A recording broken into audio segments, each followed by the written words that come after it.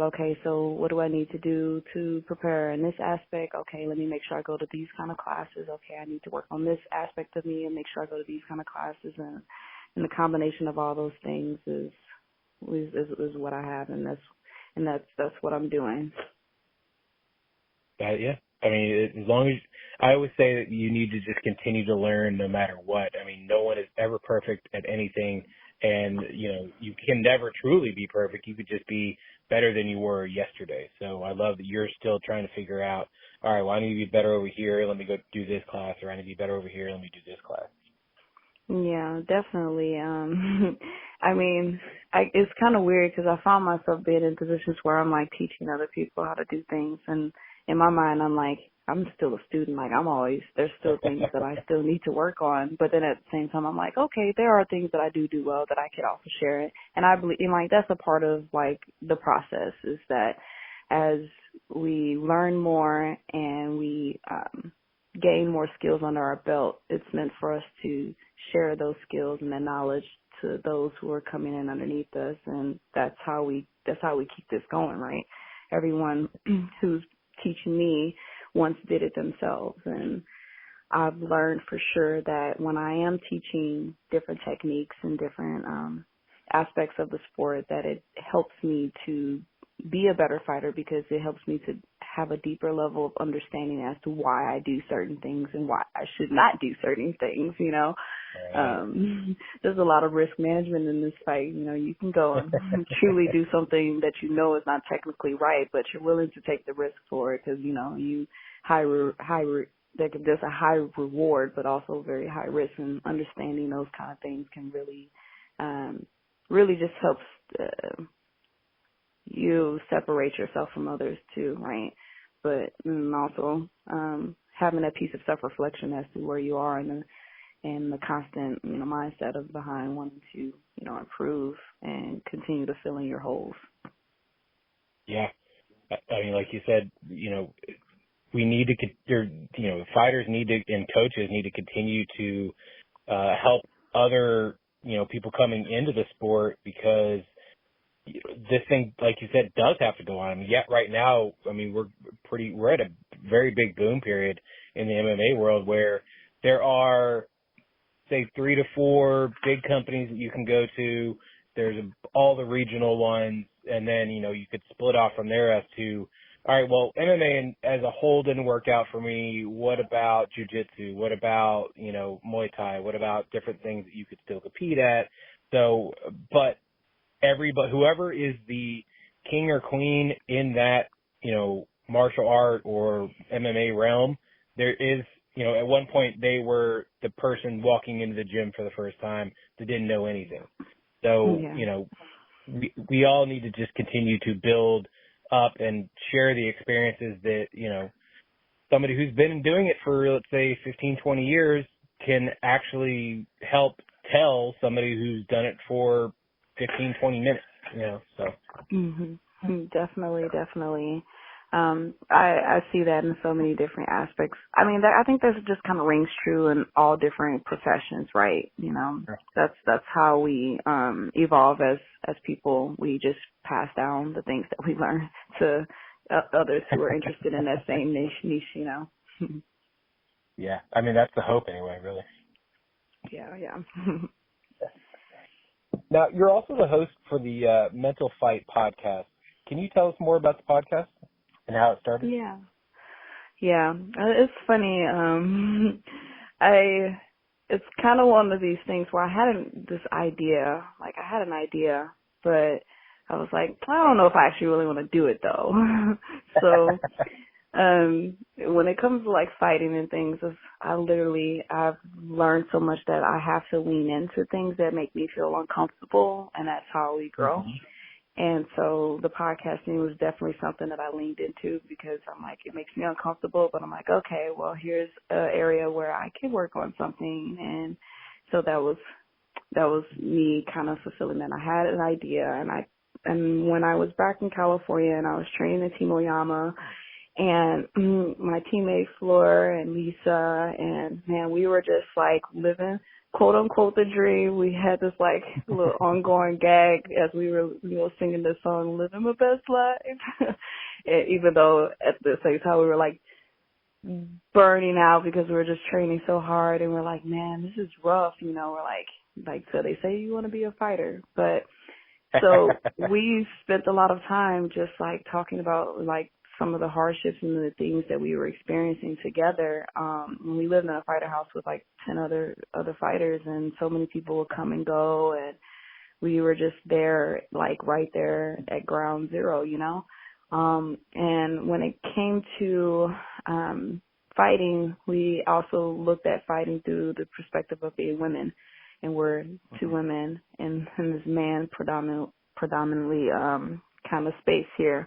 And some of the just watching the differences between like, we'll be complaining about stuff like, man, they go eat that and then they go run for an hour, then they lose 10 pounds or whatever. And we're like, we eat that and then we're running for a month, and we're like, man, this sucks. We're talking about like all these like these challenges that we're having to face. And we're like, man, like it's rough, and just like the environment that we're in, and just all these kind of other things that go that people don't actually see. They see us get on the scale and race and make weight and then go out there and fight, but no one sees, I'm getting up at this, I'm getting up at this hour, going for all these runs on top of all this training, or I'm working overnight and I'm doing all these other things here just to like, also live life, because we are like have to take care of ourselves and things like that.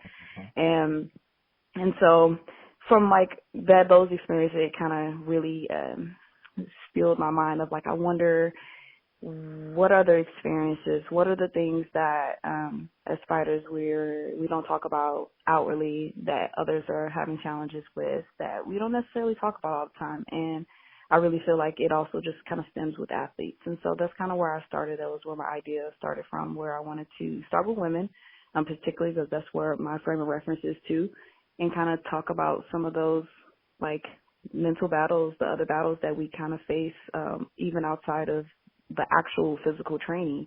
And I teamed up with my creative team, 3 Creative, and they do all the production for the podcast. And Rick is a super cool guy. He's been my creative coach for like over the last year or so. Because I'm definitely very introverted, so he definitely helps me to push me out there to be a little bit more in the world. Because I would not have actually went through with it if he wasn't like, hey, well, here I am. Let's make it actually happen. So we've been making it happen. It's been a really great turnout. I'm really happy that I leaned into it. And I'm definitely super happy that I, had him and the team to be able to kind of make this thought and vision actually come alive.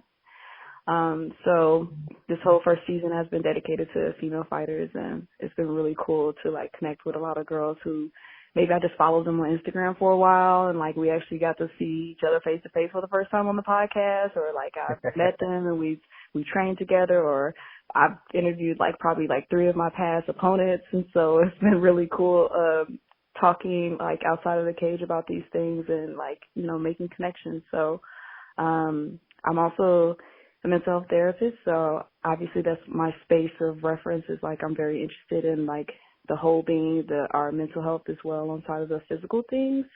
And so I also have visions for other topics and other different kinds of guests in the future to come on the podcast and kind of talk about the mental side of different professions and of just a variety of different things. So there's more coming soon here. There we go. Now, I want to get into you being a counselor and how that all happened, but what is a kind of a common thread that you've noticed among other female fighters, like when it comes to challenges inside and outside of the cage? Well, I think, there's like 2 categories. There's women and there's just athletes. A lot of it is like so much in our head of the confidence and the esteem and like the training of how our thoughts and how like us as individuals can like really stand in our way. So that mental preparation of the thoughts that we have around the sports, the the the finickiness or the other challenges of the sport itself is difficult to deal with. Like, I'm in fight camp, then my opponent drops out, then I'm not in fight camp. What does that do to my mind? What does that do to my emotions? Okay, now I have an injury. How I'm coping with that, or I'm also working this job and like this work-life balance too. Has been like that common thread just of I have these aspirations. I'm really trying to obtain them. However, how do I manage like my thoughts and my feelings in the time of where there's a lot of things that are so uncertain and out of my control sometimes, right? And then managing and balancing through that. I've also had many conversations with women just about exactly that, the topic of, you know, the weight cut, the some of the other psychological pieces of our diets, how we view our bodies before and during and after going through a weight cut, like we get all super ripped and then we gain the weight back, and then how does that impact us like emotionally? How do we see ourselves? What about our happiness? How are we doing it? Are we doing it in a healthy way? And for me, it has been like also trying to figure out, am I finding myself in the right weight class so that I can have longevity in the sport as well. So there's so many I guess common themes that have come up, right? And I feel like, and so my theory is like, I don't think it's only just women. I also feel like it's, you know, across the board with athletes who are in this kind of performance kind of driven sport where there's so much of your identity that's on the line that is really difficult to sometimes give yourself compassion, or also incorporate rest and not feel like you have to go and train like a machine all the time. And then, you know, so trying to find this right balance with all of these things of self-care in our lives, and also trying to achieve very high evolving dreams, you know, where the sport is constantly moving, and if you're not moving, you get left behind in a sense, right? So there's just a lot of different pieces that go into it all, and so far I've definitely have come across a lot of those different concepts and pieces. Yeah, I can imagine. Like, I mean, I'm glad I don't have to go through a weight cut, but I'm also not in an industry where that's a thing that I have to worry about. Like, if I want to lose weight, I just lose weight, but I'm not getting paid to lose weight. So the only payment, I guess, is, you know, better, I feel better. But like, I can imagine that there is a giant, well, I guess it's only as big as you make it, really, like the obstacle of the weight cut, or like you said, you know, you're training and then all of a sudden your opponent backs out and there's no backup fighter, or, I mean, and what you're going through right now where a short notice fight, like you kind of have to jump into that mindset of, okay, I have a fight, I got to get prepared mentally, all this. And as much as your sport is very physical, like you've been talking about, it's extremely mental as well. How do you kind of, well, I guess being a counselor, does it help you when it comes to the kind of mental workouts or stuff that you will do to kind of combat everything that you've just been talking about? Yeah.